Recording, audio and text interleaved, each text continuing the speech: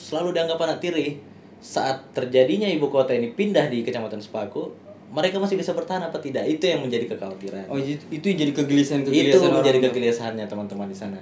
Sebagai anggota DPR termuda di kabupaten ini, Assalamualaikum warahmatullahi wabarakatuh.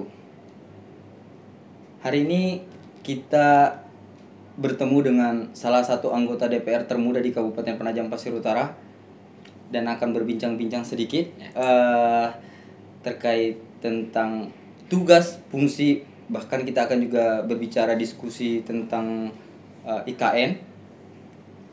Kita akan kemas lebih santai, saya pikir begitu. Ya. Bapak Dewan Bung aja, Bung. Bung aja. Kayaknya beliau lebih asik ya kalau dipanggil Bung aja. Jadi mohon izin. Ya. Saya kenalkan beliau, Pak atau Bung Bijak Ilhamdani. Ya. Bertugas di DPRD Kabupaten Penajam Pasir Utara, dan bukan kebetulan beliau juga bertugas atau di Dapil Sepaku yang merupakan ibu kota negara. Bagaimana sih keyakinan seorang anggota DPR termuda di kabupaten ini melihat IKN sendiri? Semenjak diumumkan oleh Pak Presiden ya, sekitar setahun yang lalu, ya kami sebagai anggota DPRD dan sebagai masyarakat juga tentunya pasti bersyukur. Kecamatan kami, dapil saya itu, notabene beberapa tahun sebelumnya itu selalu dianggap anak tiri. Nah, mulai dari pembangunan jalan, mulai dari sentuhan-sentuhan yang dirasakan oleh pemerintah dibandingkan dengan kecamatan yang lain. Karena di Penajam ini kan kita tahu ada 4 kecamatan. Nah, salah satu kecamatan yang dianggap jauh ya Kecamatan Sepaku. Anak tiri. Ya, bisa dikatakan begitulah. Ya, kalau kita refleksi ke belakang sekitar 2 tahun yang lalu atau 3 tahun yang lalu kalau tidak salah kan pernah ada itu dorongan masyarakat untuk memekarkan. Nah, itu kan bentuk kekecewaan sebenarnya kan. Seberapa yakin sih untuk ibu kota negara itu hadir di Kabupaten Penajam Pasir Utara? Ya kalau mau bicara yakin tentu yakin karena Pak Presiden langsung yang ngomong kan. Tapi ya melihat prosesnya sampai hari ini juga kita lihat walaupun ada beberapa tamu yang mondar-mandir datang ke Kecamatan Sepaku, mulai dari Pak Presiden sendiri, mulai dari menteri-menteri, mulai dari angkatan udara yang baru-baru ini ya. Nah, itu kan menambah semangat kita sebenarnya. Terkesan sebagai anak tiri.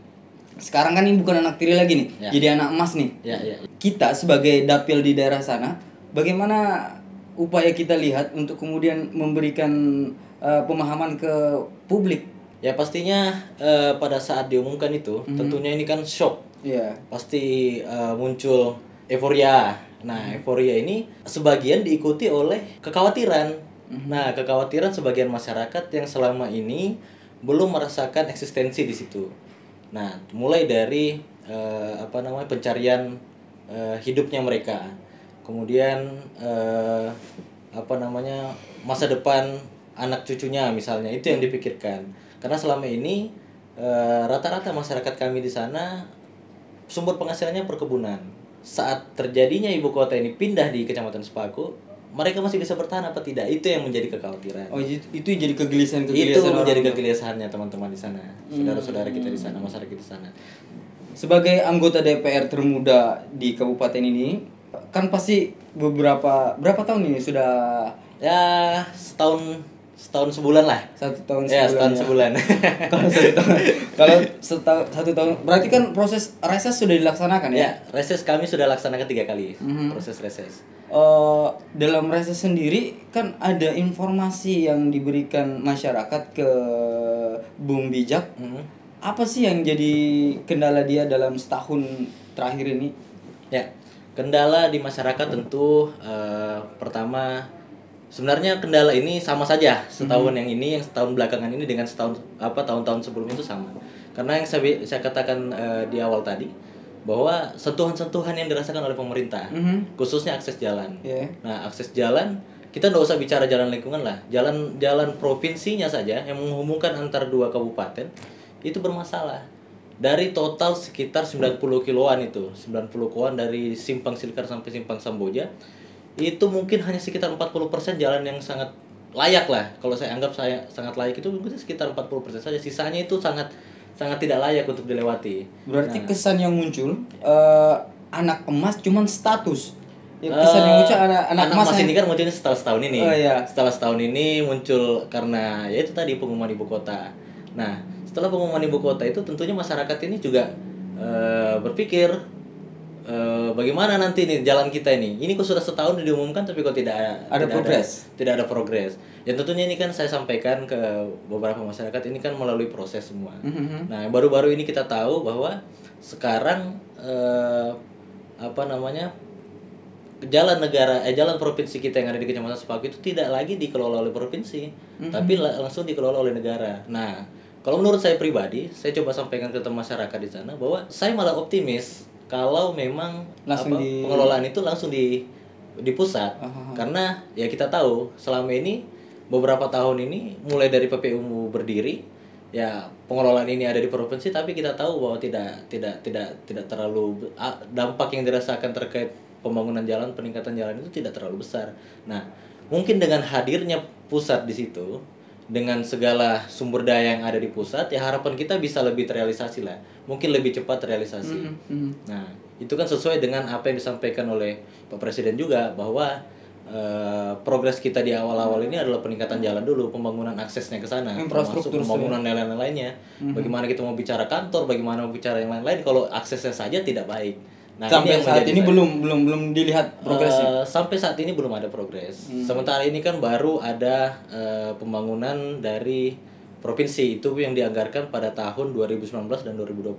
Nilainya mungkin sekitar kurang lebih 100 miliaran kalau saya ingat saya. Untuk Tidak sampai 100 akses miliar. jalan Ya. ini, akses Sekitar jalan 40 poros. akses jalan poros dan ada beberapa tuh jalan lingkungan di beberapa desa. Nah, itu yang sempat kami lihat, tapi itu baru ya kalau kami hitung itu tentu tidak maksimal.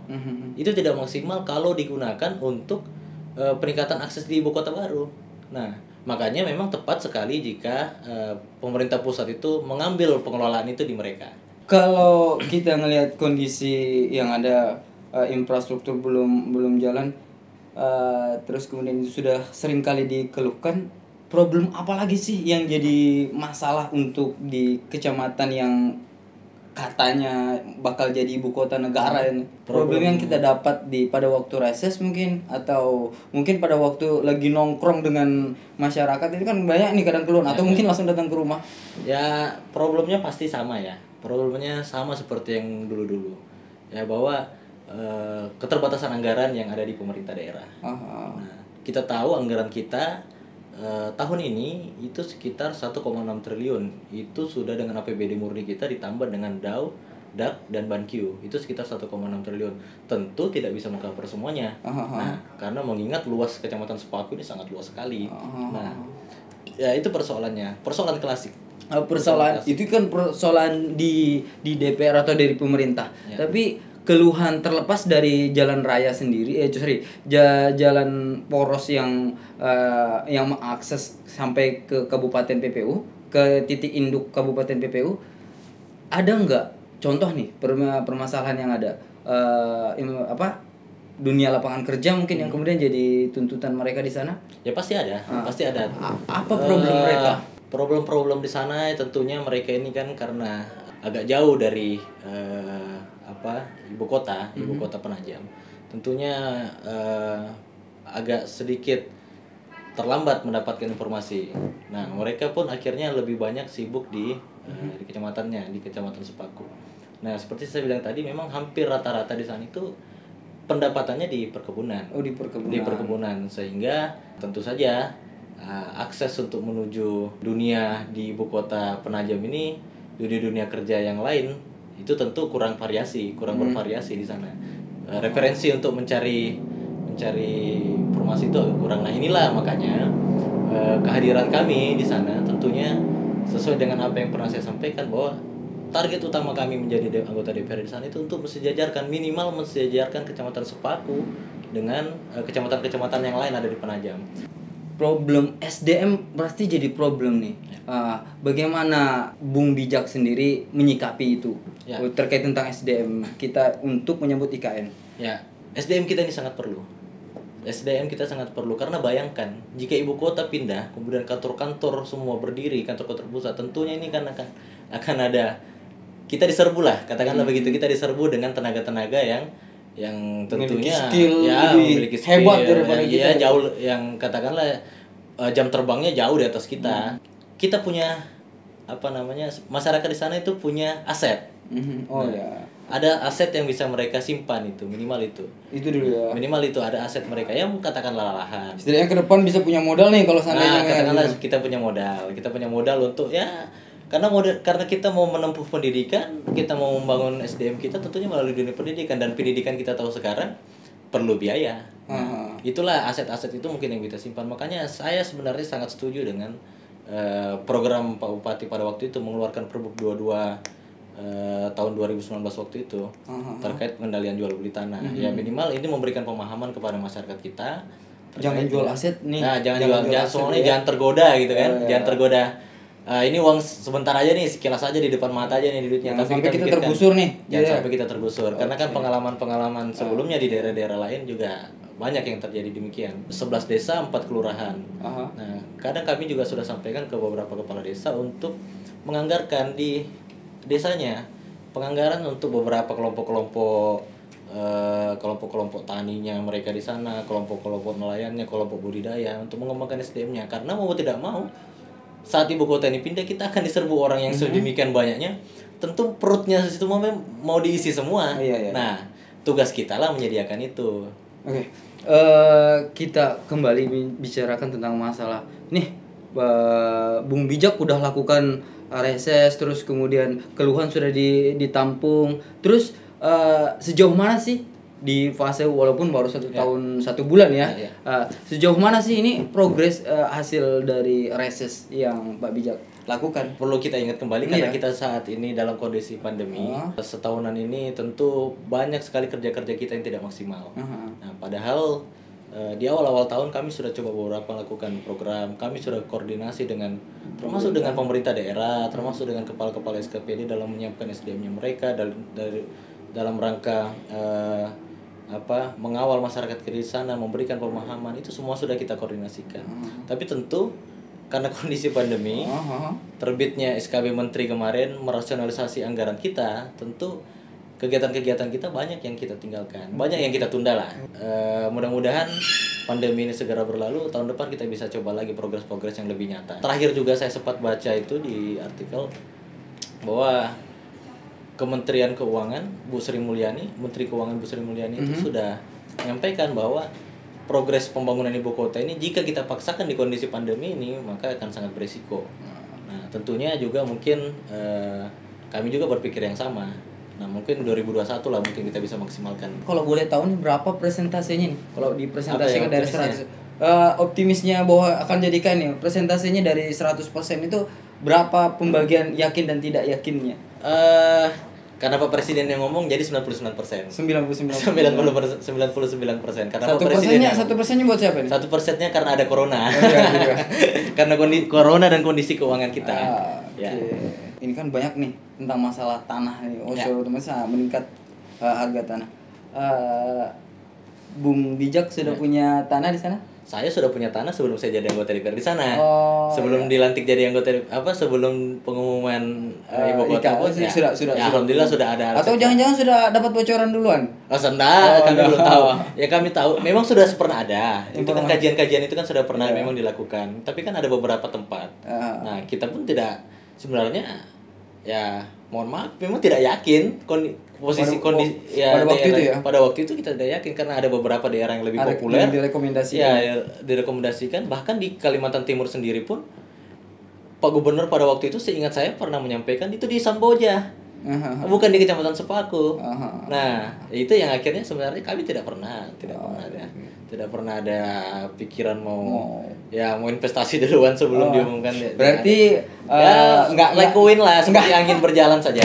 Berarti nggak punya tanah memang sebelum itu ya? Ya memang sudah punya. Banyak yang enggak juga banyak. Karena kan saya itu ada cita-cita mau bikin rumah aspirasi. Nah, itu rumah aspirasi yang kami mau bangun itu rencana ya ukurannya kecil aja, cuma satu coupling lah untuk menampung aspirasi masyarakat dalam bentuk dialog atau minimal ya diskusi-diskusi ringan. Ya begitulah kira-kira. Oke, terima kasih Bung Bijak yang sudah meluangkan waktunya. Ke depan kita akan lebih banyak berdiskusi lagi. Satu semangat buat kita semua, dari saya dan dari rekan kita atau saudara Bung Bijak, kita maju untuk pengabdian dan kita berjuang untuk pengabdian. Ya. Terima kasih dari saya. Billahi taufiq wal hidayah. Assalamualaikum warahmatullahi wabarakatuh. Waalaikumsalam. Mantap. Sip.